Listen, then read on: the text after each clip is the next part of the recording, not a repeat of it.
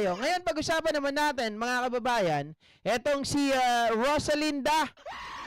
Yung rason po nitong si Doding Daga. Oy, GP, ba pang-asar ka na rin? Hindi, kasi, mga kababayan, etong si Mr. Real Talker, no? Di ko alam bakit Mr. eh. Pero sabi nila, si Rosalinda raw ito. Pinagtawanan, mga kababayan. Kasi bakit? Pangbobo lang. Ito yung binabanggit ko po sa inyo kanina kasi nagbigay po ng pahayag itong si Rosalinda na kung saan po, mga kababayan, ay binigyan niya po ng reaksyon yung nangyari doon sa bar na na nangyari po ang iskandalo ni Pulong Duterte. 'Di ba? Yung hearsay gastropub na kung saan po, mga kababayan, ay binugbog nito yung bugaw dahil hindi daw po nabayaran ng tama, mga kababayan. Hinihinging bayad kada isa ay 13,000, 1,000 lang ang ibinayad, galit pa. Oh.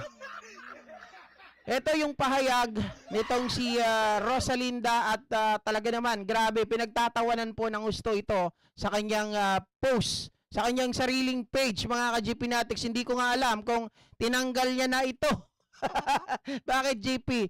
Ito kasi hindi ko na mahanap kanina. Ayan, sabi ni Mr. Real Talker, bigyan ng hustisya ang adik, ngayon hustisya naman sa bugaw. Hindi ko malaman dito sa mga taong ito, hindi nila makuha yung simpleng logic. Bakit, GP?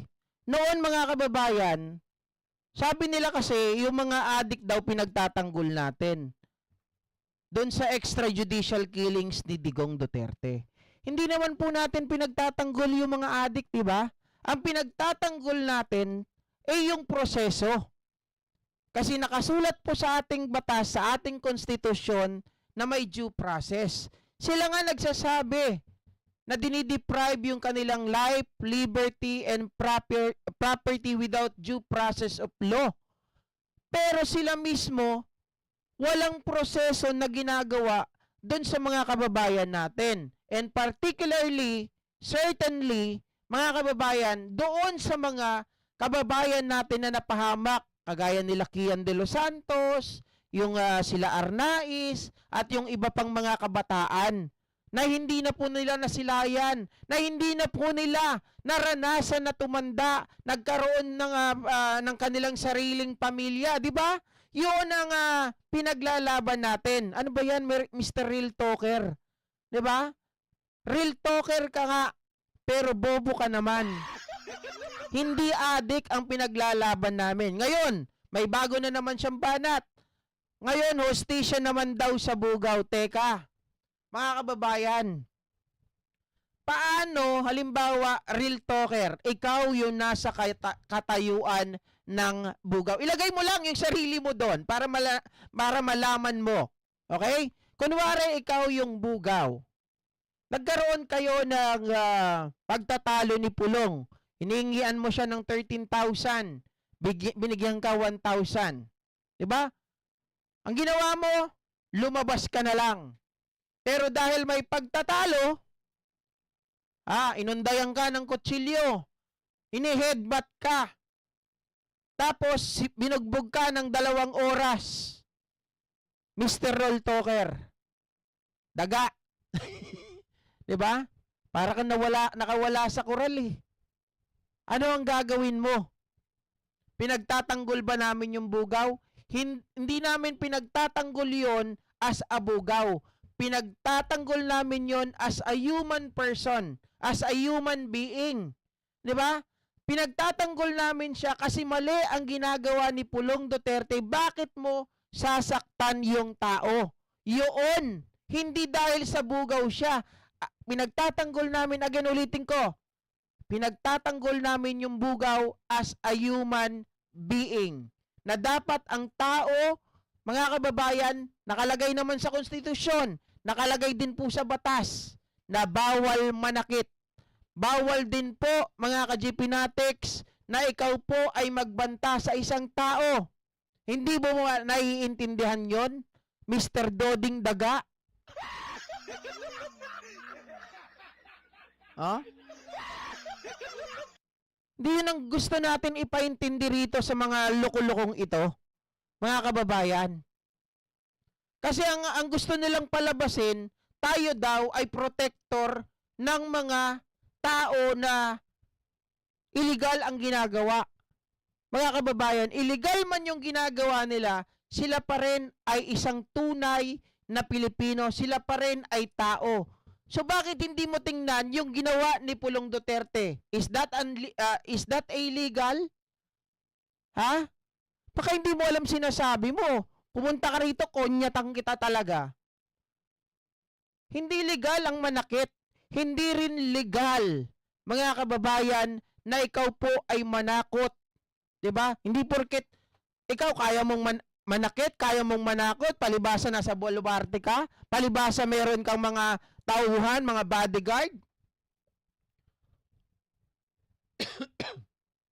Ilagay mo yung sarili mo doon sa tao na yon. Hindi namin kinakampihan yon, sabi ko nga kanina, bilang isang bugaw. Yung rason mo pambulok eh. Yung rason mo ay parang yan ay nonsense, useless. Sasabihan mo kami, ang pinagtatanggol namin, ang hinihingian namin ng hustisya, yung bugaw, not literally as a bugaw, but as a human being. Na binubugbog, na siya ay sinasaktan. Kahit siguro ikaw, Mr. Real Talker, lumagay ka sa kalagayan ng tao na yon ni Criston Jan. Halimbawa, ikaw din ay isang bugaw. Bugaw ka ng mga kalapate. Tapos, wala kaming pakialam dyan sa pagiging bugaw mo. Pero kapag ikaw ay sinaktan ni Pulong, di ba, wala kang magawa, hindi ka makalaban, tapos ikaw ay inuundayan, pine-headbutt na ganyan, ipagtatanggol ka rin namin as a human being.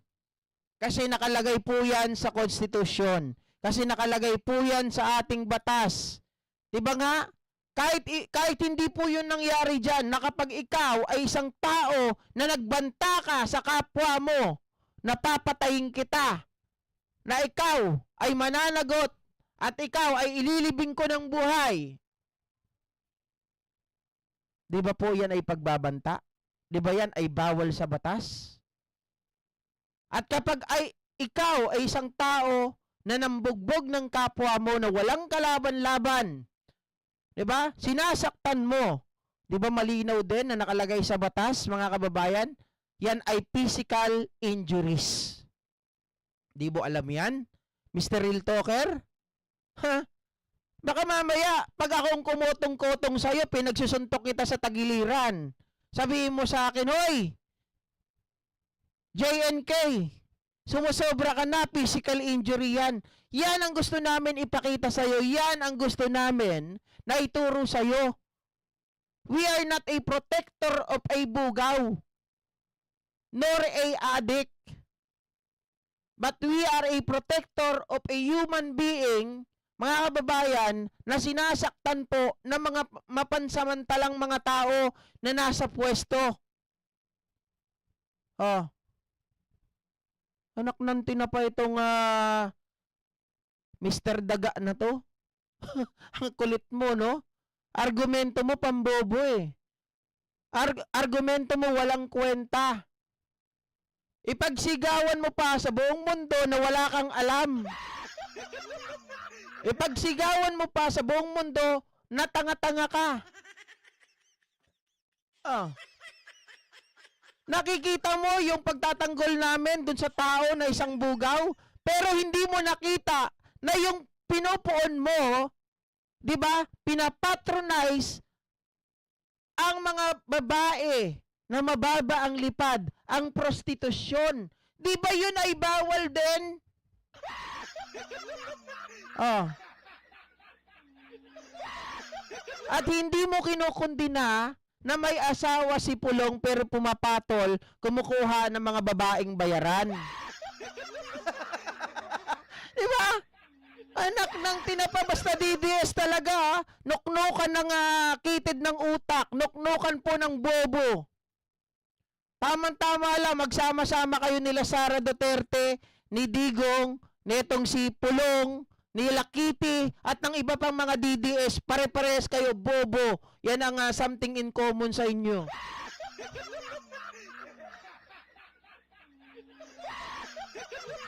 Sabi ni Ayu, sana mabuli din yan si Real Talker para maranasan niya din ang feeling na mabugbog.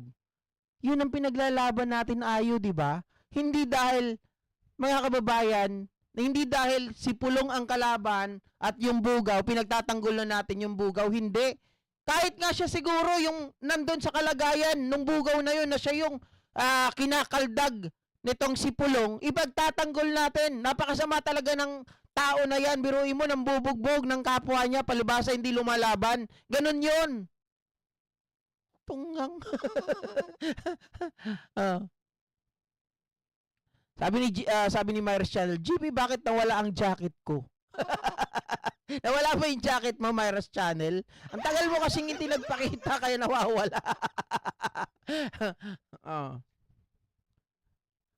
Mga kampo ng kadiliman talaga yan, mga yan. DDS luga, DDS tanga-tanga. Yun lang.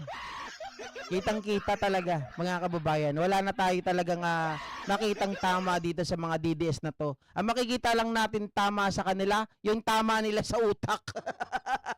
Diba? Ang lakas ng tama sa utak eh. Pero iba, tayo pasabihan na protector daw tayo ng addict. Protector din tayo. Naghahanap daw tayo ng hustisya para sa Bugaw. Mga kababayan, baka sabihin mo pa, naghahanap pa kami ng hustisya para sa Pokpok. Diba? Doon sa Pokpok, o sa mga mababa ang lipad, yung mga Magdalena na yon, problema na nila yun kung hindi sila nabayaran ng, ng tama. As long as, mga kababayan, hindi sila sinaktan physical, hindi rin sila pinagbantaan. Pero itong tao na to, sinaktan physical. Oh, yan may karampatan na kaso po sa batas. Oh, ganun din ang tawag dito. Ganun din po ng pananakot. Anak ng tinapa, simpleng-simpleng lohika, hindi maintindihan. Diba? Oh. Anyway, mga kababayan, teka lang.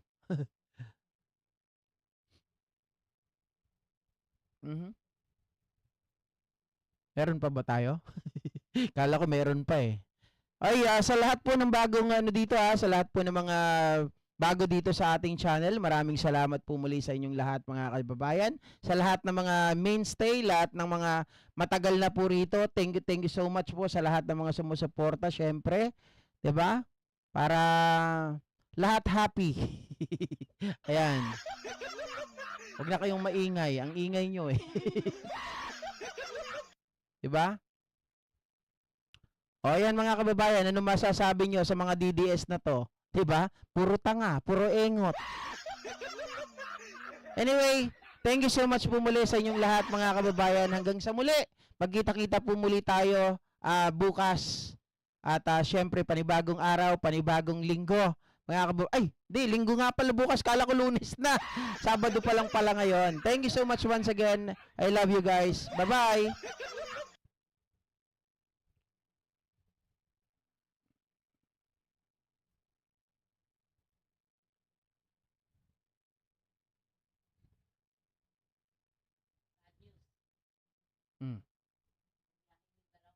Sino?